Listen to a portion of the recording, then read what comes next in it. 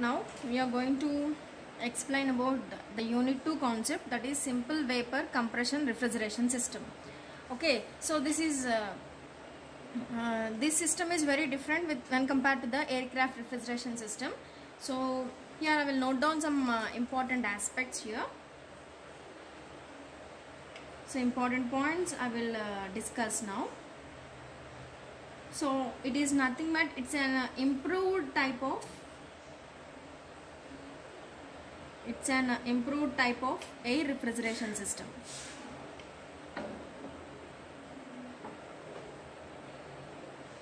It's an improved type of air refrigeration system. So what is the improvement? So what is the improvement from the air refrigeration system? What will happen in the VCR system here?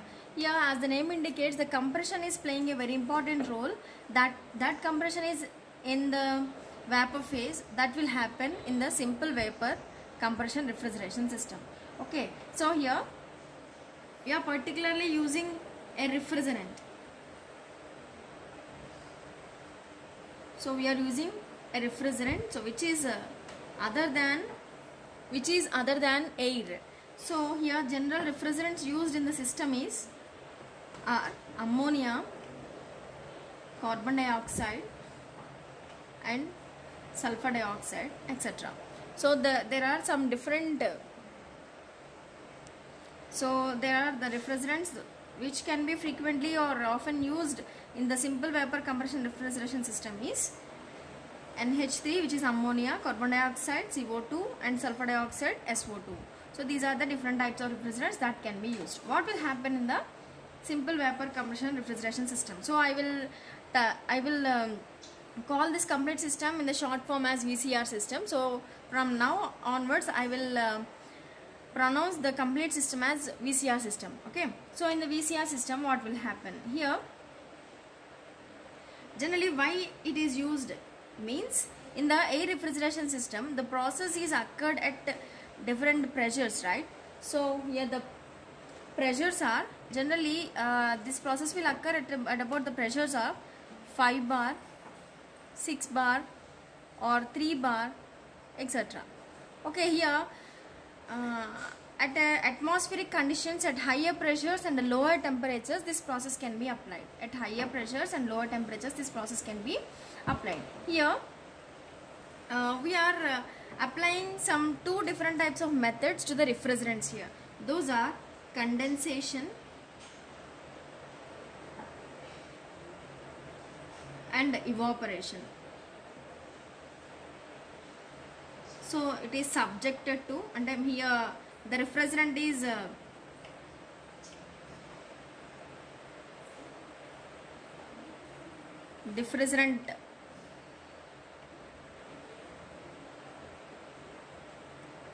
subjected to apply for these processes.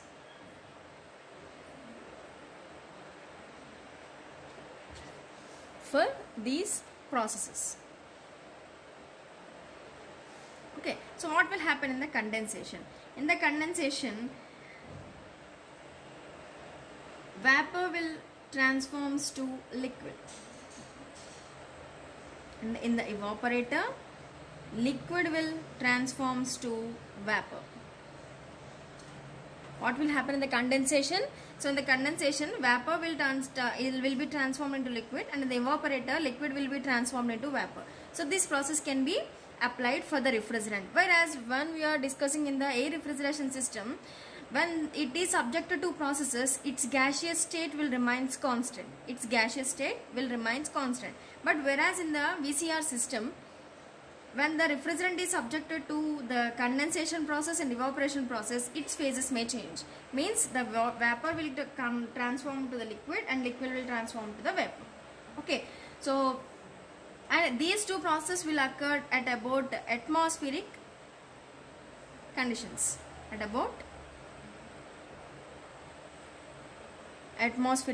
This process will occur. Okay, so what will happen here means in the air refrigeration system, what we have explained, that the air will be directly sent to the cabin where the refrigeration is required. ఎక్కడైతే మనకి refrigeration effect కావాలో అక్కడ మనం ఏం చేస్తున్నామండి, ఎయిర్ని తీసుకెళ్ళి స్పేస్లోకి డైరెక్ట్గా release చేస్తున్నాం. But in this case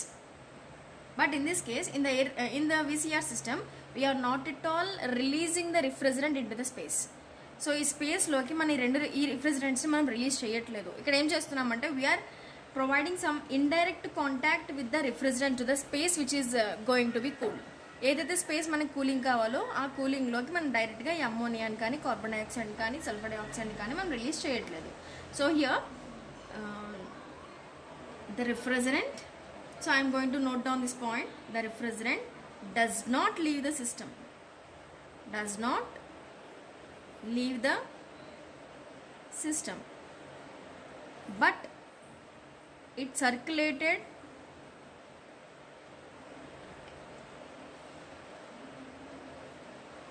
throughout the condenser and evaporator. So throughout the condenser and evaporator, here the refrigerant is continuously circulated, but it doesn't leave the system at all. Okay, and when moving to the next one, here we have to discuss a point that what will happen in the condenser and what will happen in the evaporator. So in the condenser, what will happen to the refrigerant, and in the evaporator what will happen to the refrigerator. Okay, so in the condenser what will happen, the heat should be rejected,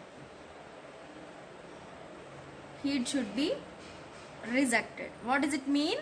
So that is nothing but that should provide the cooling.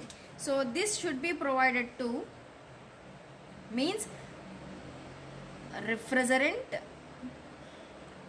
should reject the heat. So thereby what will happen, the refrigerant is cooled.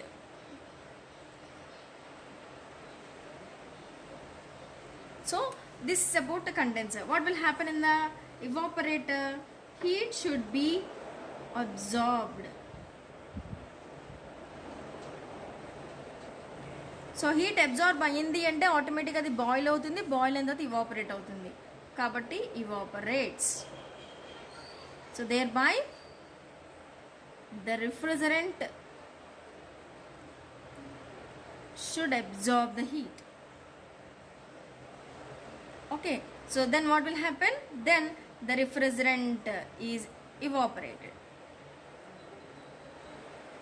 అంతే కదండి. ఏదైనా రిఫ్రిజరెంట్ని మనం ఇక్కడ heat చేస్తున్నామంటే heat చేసిన తర్వాత దాని boiling point కనుక అది క్రాస్ అయిపోతే ఆటోమేటికలీ అది బాయిల్ అవ్వడం స్టార్ట్ అవుతుంది. బాయిల్ అయిన తర్వాత వేపర్స్గా ఫామ్ అయిపోతుంది. ఎప్పుడైతే నువ్వు తీసుకున్న లిక్విడ్ ఏదైతే ఉందో అది వేపరైజ్గా ఫామ్ అవుతుందని చెప్తున్నామో దాన్నే ఇవాపరేటెడ్ స్టేట్ అని చెప్తాం.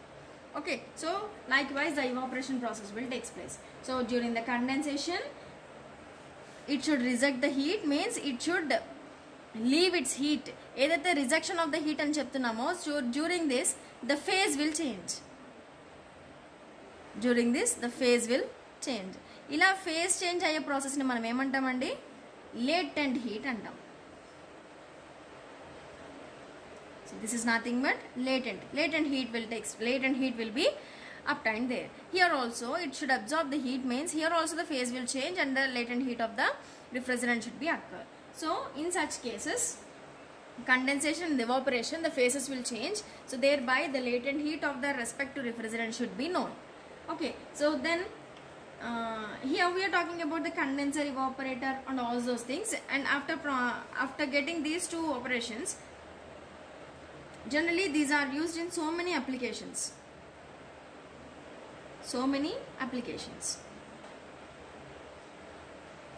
So what are the applications here? Generally these are used for domestic refrigerators.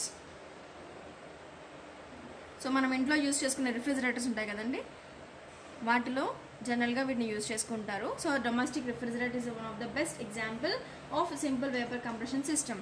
So ఎందుకు దీన్ని డొమెస్టిక్ అప్లికేషన్స్లో మనం యూజ్ చేస్తాం అంటే దీనికి ఏదో some advantages are some limitations, some important characteristics will be there for the simple VCR system. So now we are going to discuss about the advantages and disadvantages of simple vapor compression system over the air refrigeration system now. Now we are moving to the advantages of simple vapor compression refrigeration system. Here in this system, it is having a small size. So ఈ systems చాలా చిన్న సైజులో ఉంటాయండి. మరి జనరల్గా మనకు వచ్చే idea ఏంటి అంటే, if it is having a small size it will get some less capacity refrigeration capacity. So ఏదైతే మనం మాట్లాడుతున్నామో that will be wrong for the VCR system. So here the small size is enough or it is required for the given capacity of the refrigeration system. The small size for the given capacity of refrigeration system. Okay, so this is one of the best advantage of VCR system here, and again it is having less running cost. It is having less running cost. So running cost takkuva untundi, and this can be employed for large range of temperatures.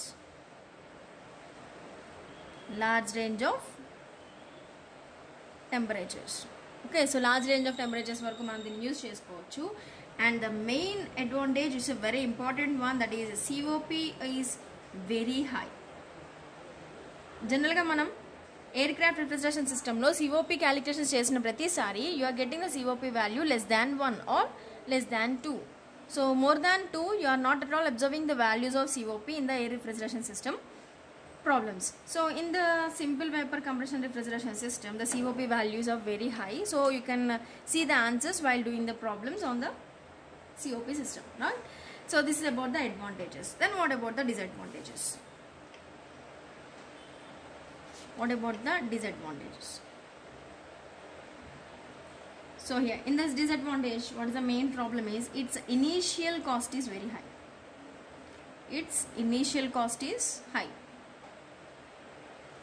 And the next one, the leakage of a refrigerant is a major problem in the system.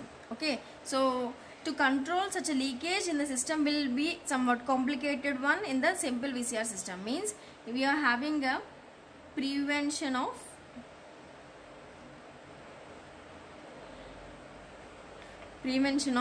leakage of refrigerant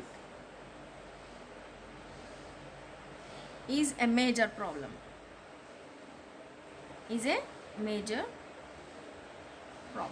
So this is this is about the disadvantages and advantages of VCR system, right? And then we are moving to, here we are just giving the introduction. Here I have given the introduction and the advantages and disadvantages. Here, what is the structure of simple vapor compression refrigeration system? What are the different components and what is the different mechanism that can be applied for the simple vapor compression system? We can see now. Okay, so here I am going to explain about the components or mechanism of VCR system. It's a very important question. This is one of the only one theory question from this unit, so you should get some clarity about the components or mechanism of the VCR system. In this system we have the different components. Those are compressor,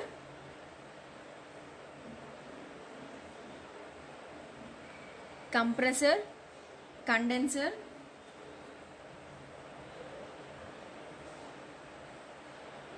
receiver,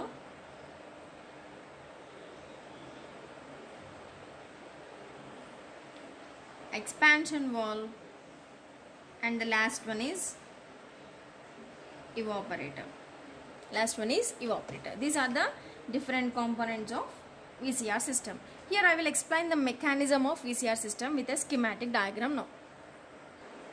Okay, this is the schematic diagram of simple vapor compression refrigeration system. I will note down the components here. So this is a compressor. Okay, so this is a condenser. Okay, so this is the receiver, this is the expansion valve, and this is the evaporator. This is the evaporator. Okay, so now what will happen in the respective ones? ఇక్కడ మీరు చూస్తున్న రెండు కూడా pressure gauges.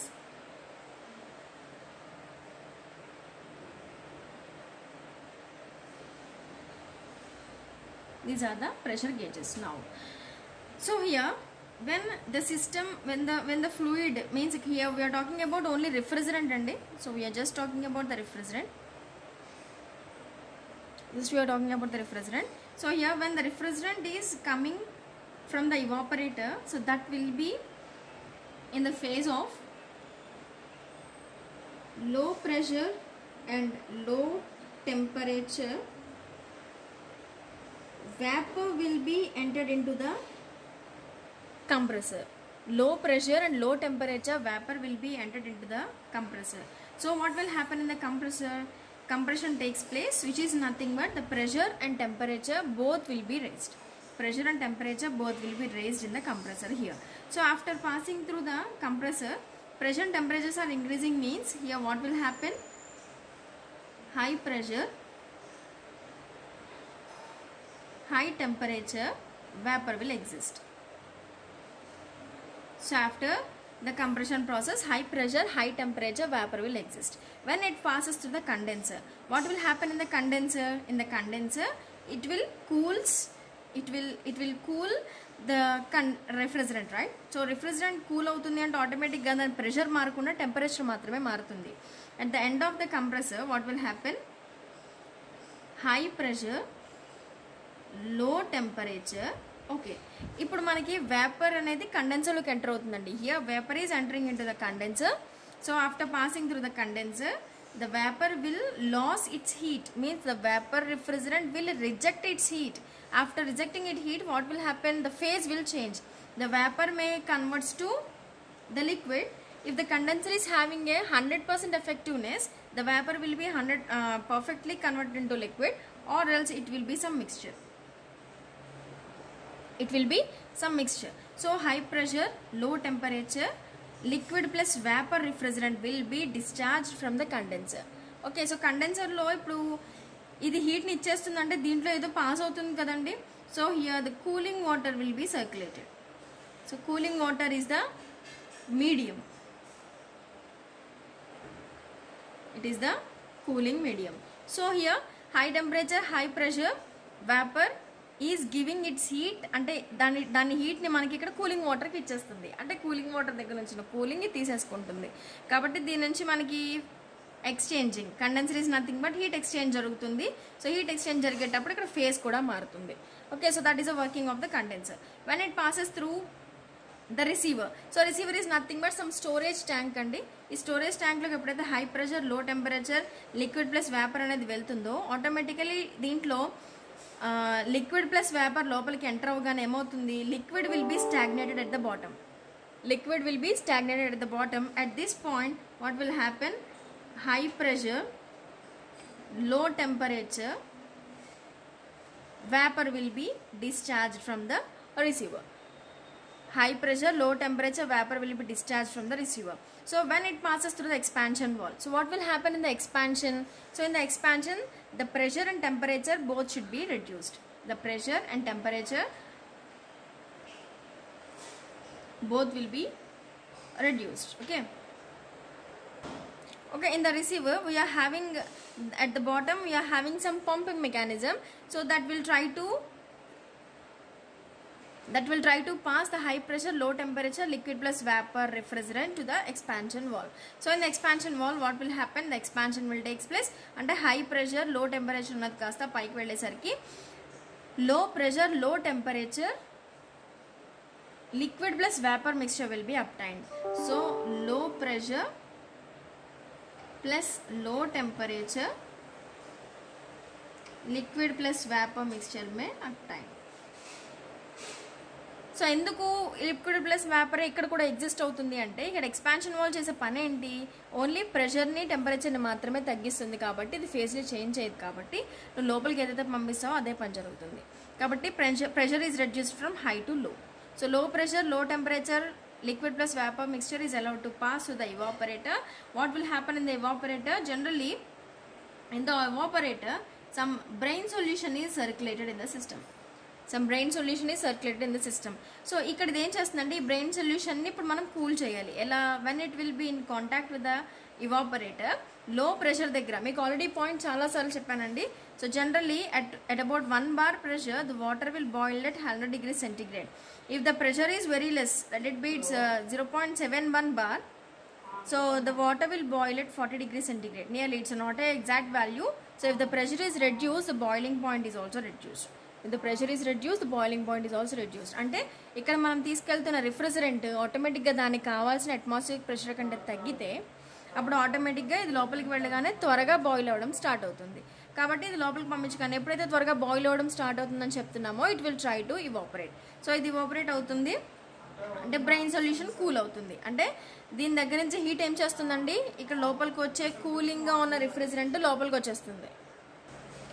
So here the heat from the brine solution is absorbed by the refrigerant which is coming after the expansion wall. So ఎప్పుడైతే దీని brain solution లోపల circulate అవుతుంటుంది, brain solution దగ్గర నుంచి refrigerant హీట్ని తీసేసుకుంటుంది.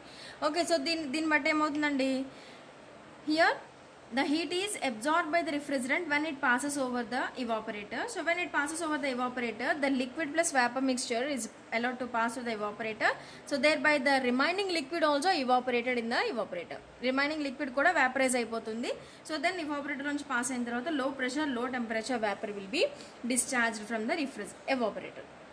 So that's why here the brine solution is our required one. ఈ brain సొల్యూషన్ని తీసుకెళ్ళి నువ్వు ఏ స్పేస్లో అయితే కూల్ చేద్దాం అనుకుంటున్నావో ఆ స్పేస్లోకి సర్క్యులేట్ చేస్తూ ఉంటారండి పైప్ లైన్స్లో. ఇక్కడ ఏదైతే నీకు పైప్ లైన్ కనిపిస్తుందో this pipe line will be directly placed in the brain solution wear the space is required to be cool. Okay, so this is about the working of the mechanism of simple vapor compression refrigeration system. Okay, so in this one we are observing the two different pressure gauges here. You are observing two different pressure gauges here. The two pressure gauges are placed at the inlet and outlet of the compressors. Means only in these two phases only the pressure is changed. In these two phases only the pressure will change.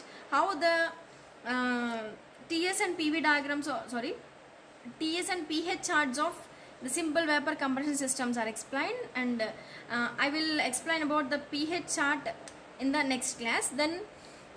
Then you can go through the problems also. Okay, now we are going to explain about the pressure and enthalpy chart. So in the pressure and enthalpy chart you can observe this in the pH chart in your refrigeration steam tables book at the end. Okay, so this pH chart is different for the different refrigerants. Okay, so now I am going to draw the pH chart on the paper. Okay, this is about the pH chart. Here you are observing a curved line. So this is nothing but saturated curved line. This is nothing but a saturated curved line. So up to this point you are observing a point at the top of the curve, right? So the left side of the saturation curve is having the saturated liquid phase along this. So saturated liquid. This is a saturated liquid line. So when you are moving to this one, so this is nothing but saturated vapor, and this is nothing but, this point is nothing but critical point. This is nothing but critical point. So at about this point we are taking the critical pressure.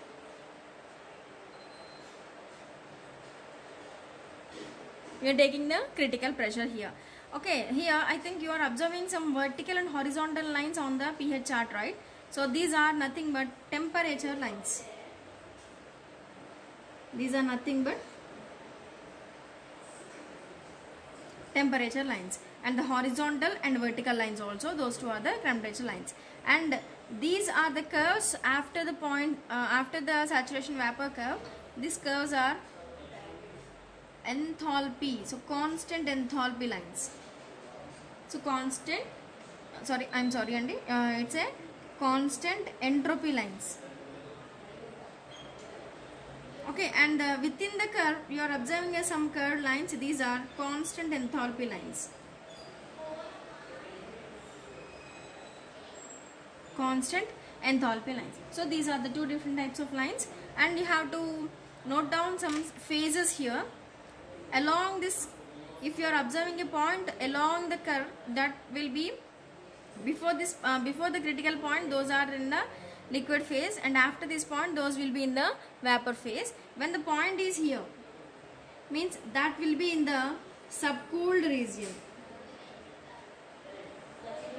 That will be in the subcooled region. If the point is within the phase, so that will be nothing but wet region. So when the point is in this region, so that will be superheated region. So when the point is on this line, so that will be saturated vapor. When the point will be on this curve, that will be saturated liquid region. Okay, so here I will explain how the points are lied on the different regions in the pH chart. If the point is lies in this phase, that will be subcooled. So this point can be represented with the enthalpies of HF. And here also the liquid phase regions, here also the values are defined with HF. Here the temperatures of this point and this point is different. So that's why the HF and this HF is different. Depends on the, these two are exclusively dependent on the temperatures of the given refrigerant. And here when this point is here, lies on in this phase, so then that will be the wet region. So this can be explained with HFG. So HFG is nothing but Hg minus HF.